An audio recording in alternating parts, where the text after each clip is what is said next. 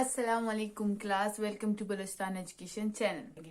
आज के टॉपिक में हम पढ़ेंगे एलिमिनेशन, जो एक्सरसाइज 6.8 से हमारा क्वेश्चन नंबर 1 है उससे रिलेटेड आज का ओवरऑल टॉपिक है। और क्वेश्चन नंबर 2 इंशाल्लाह मैं कोशिश करूंगी कि इसी ही वीडियो में अपलोड कर सकूं, लेकिन अगर नहीं हुआ तो क्वेश्चन नंबर 2 इंशाल्लाह नेक्स्ट वीडियो में होगा। तो व्हाट इज एलिमिनेशन?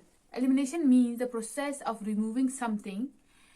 सिंपली आप लोगों ने बहुत सुना होगा कि एलिमिनेशन होता क्या है ना। एलिमिनेट हो गया, प्रोग्राम्स देखते हैं स्टूडेंट्स अक्सर, तो वहां पे कोई होता है, चाहे सिंगर है चाहे डांसर है, इस तरह के प्रोग्राम्स आप लोग देखते हैं। तो उसमें आप जब कोई निकाल दिया जाता है या किसी को कम वोट मिलते हैं वो निकलता है, तो क्या कहते हैं उसको? एलिमिनेट हो गया। तो एलिमिनेट वो हो गया, लेकिन इस प्रोसेस को जो वो एलिमिनेट हो रहा है इसको एलिमिनेशन कहते हैं, यानी किसी चीज को रिमूव करना, किसी चीज को निकाल बाहर करना।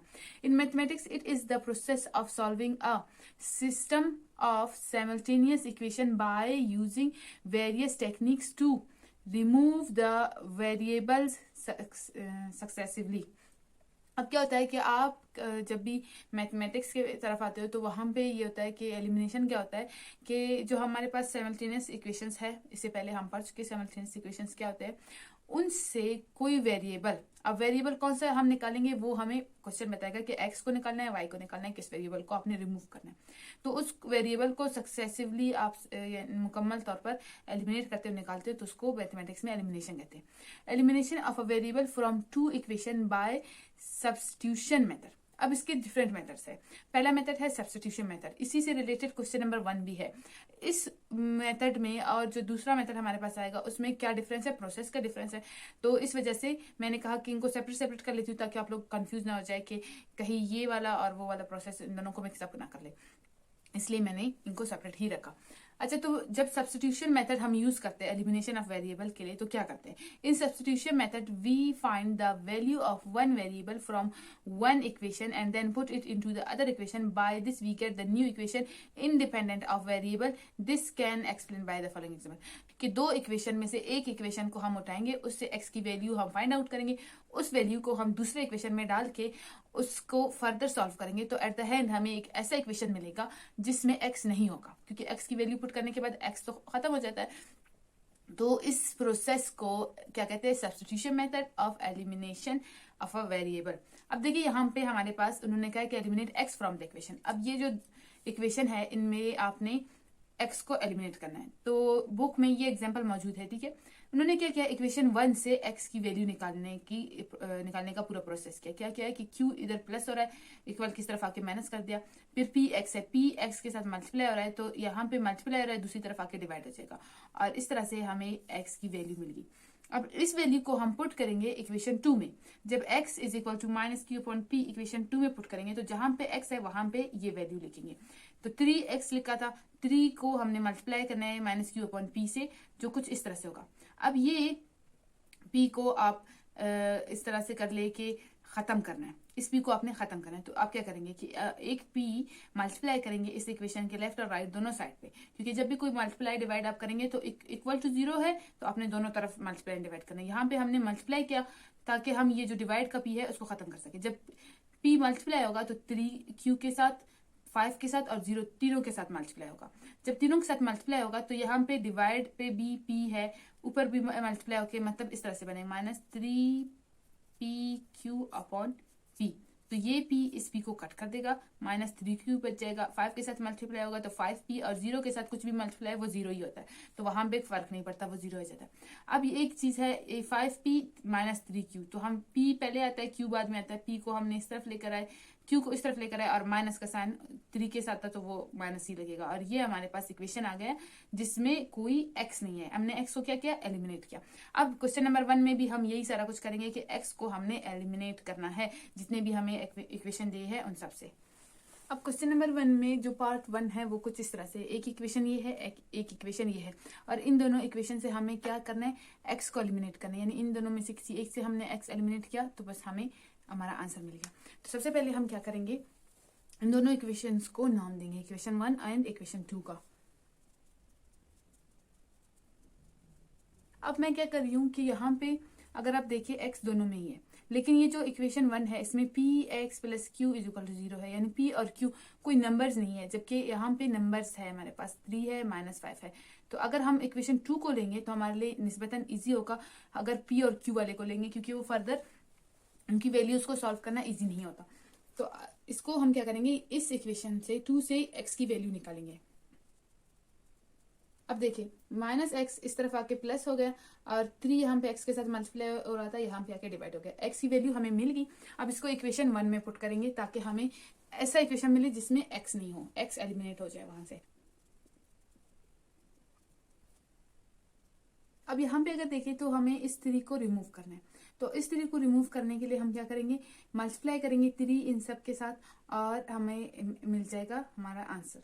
तो ये एक तरीका है। दूसरा तरीका ये कि जब भी डिवाइड वाला कोई आपके पास फ्रैक्शन हो, मतलब और साथ ही साथ वो किसी चीज के साथ प्लस हो रहा हो, तो हम इसको यहाँ पे मल्टीप्लाई करके वो करते, इसके साथ ऐड करते।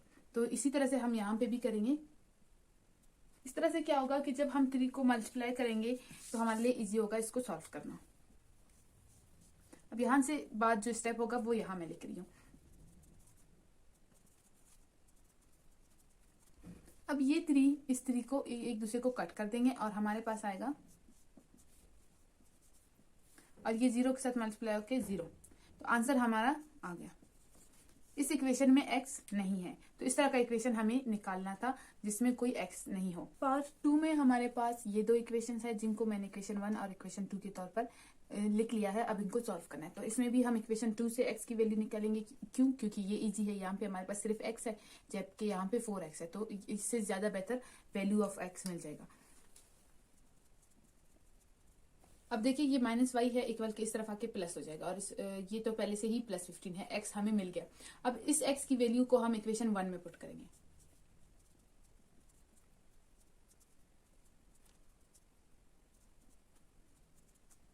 अब हमने क्या किया कि पहले x की वैल्यू पुट की, क्योंकि यहाँ पे 4x है तो 4 और y प्लस 15 जो कि x की वैल्यू है वो पुट कर दी।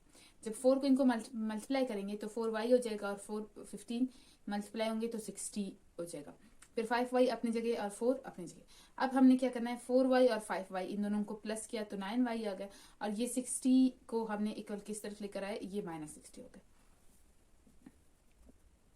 -60 है, इससे जब 4 निकलेंगे, अब देखिए एक हमारे पास 60 है, एक हमारे पास 4 है, ये प्लस है ये माइनस है। कुछ स्टूडेंट्स इस चीज पे कंफ्यूज हो जाते हैं कि ये कैसे हो गया ना। अब मैं यहाँ पे आपको बताती हूँ। हमने क्या सीखा था कि माइनस मल्टीप्लाई बाय प्लस किसके इक्वल होगा, माइनस के इक्वल होगा, यानी प्रोसेस किसका चलेगा, माइनस का चलेगा। ठीक है, माइनस का। अब क्योंकि 60 ग्रेटर है इसलिए आंसर में भी उसी का ही साइन आएगा, यानी अगर 60 प्लस है तो आंसर भी प्लस में हम लिखेंगे, अगर 60 माइनस है तो आंसर भी माइनस में लिखेंगे। यहाँ पे 60 बड़ा आदत है और माइनस में है इसलिए आंसर में माइनस लिखेंगे। अब 60 से 4 जाएगा क्योंकि माइनस प्लस किसके इक्वल है, माइनस के इक्वल है, यानी 60 से आपने 4 माइनस करने हैं और आपका आंसर आपने माइनस के साथ लिखना है, क्योंकि आपका जो बड़ा आदत है वो माइनस में है।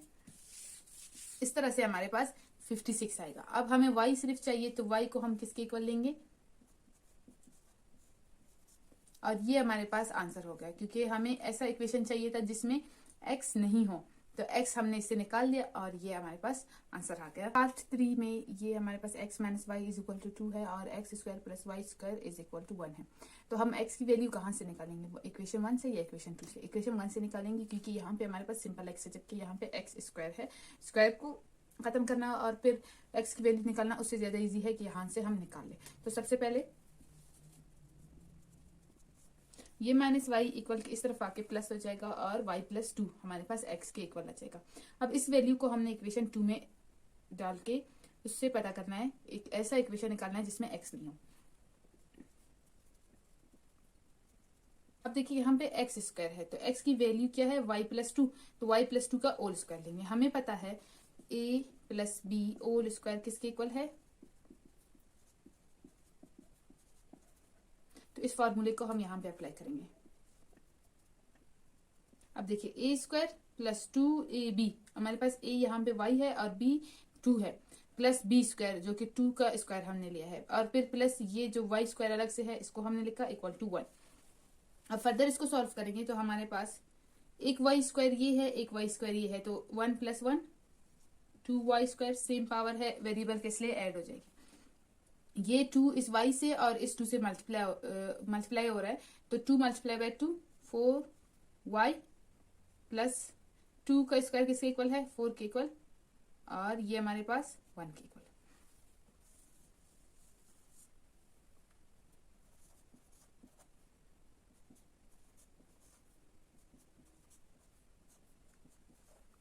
इक्वल की इस तरफ जो 1 है उसको जब हम इस तरफ लाएंगे तो यहाँ पे पॉजिटिव है, इस तरफ आके नेगेटिव हो जाएगा, यानी माइनस होगा।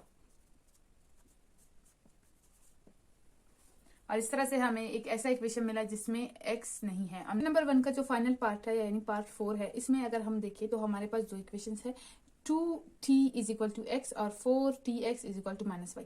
अब यहाँ पे एक चीज मैं आपको बताती जाऊं कि ये दो इक्वेशन से हमने किस चीज को एलिमिनेट करना है, x को एलिमिनेट करना है। तो हमारे लिए कौन सा इक्वेशन ज्यादा इजी होगा जिससे हमें x की वैल्यू मालूम हो, इक्वेशन 1, क्योंकि आप इसमें देखें तो x किसके इक्वल है, 2t के इक्वल है, दोनों एक दूसरे के इक्वल है, तो इससे x की वैल्यू निकालना इजी है। किस तरह से, अब 2tx के इक्वल है, ये कुछ इस तरह से है कि एक लड़का है और वो कहा जा रहा है कि ये लड़का इस लड़के का भाई है, यानी अली अकरम का भाई है। जब अली अकरम का भाई है तो अकरम भी तो अली का ही भाई है ना, तो एक दूसरे के भाई हुए। इस इक्वल का मतलब यही होता है कि ये इसके और वो इसके इक्वल है। तो अगर 2t x के इक्वल है तो x भी 2t के इक्वल है, हम इसको ऐसे लिख सकते हैं। अगर अली अकरम का भाई है तो अकरम भी अली का भाई है, तो ये एक दूसरे के इक्वल हमने इस तरह से लेके इस तरह से लिखते, x = 2t या 2t = x, दोनों का मतलब एक ही है। यहां से हमें मिल गया x की वैल्यू, इस वैल्यू को हमने पुट करना है इक्वेशन 2 में। अब देखिए 4tx, जहां पे x है वहां पे हमने 2t पुट करना है। अब ये मल्टीप्लाई होंगे, 4 × 2 कि वेरिएबल x मल्टीप्लाई होगा x से, तो इन दोनों के पावर क्या हो जाएंगे, ऐड हो जाएंगे। एक x लिखेंगे उसके ऊपर 2, तो यहाँ पे ये जो t है ये इसी चीज को शो कर रहा है कि x यानी एक वेरिएबल है, x नहीं है खैर लेकिन वेरिएबल है, क्योंकि x और y को हम हमेशा वेरिएबल के तौर पर यूज करते हैं। तो ये हमारे पास 4 × 2 और ये t इस t से मल्टीप्लाई होगा, पावर क्या हो जाएगा, स्क्वायर, और ये इक्वल है किसके, -y के।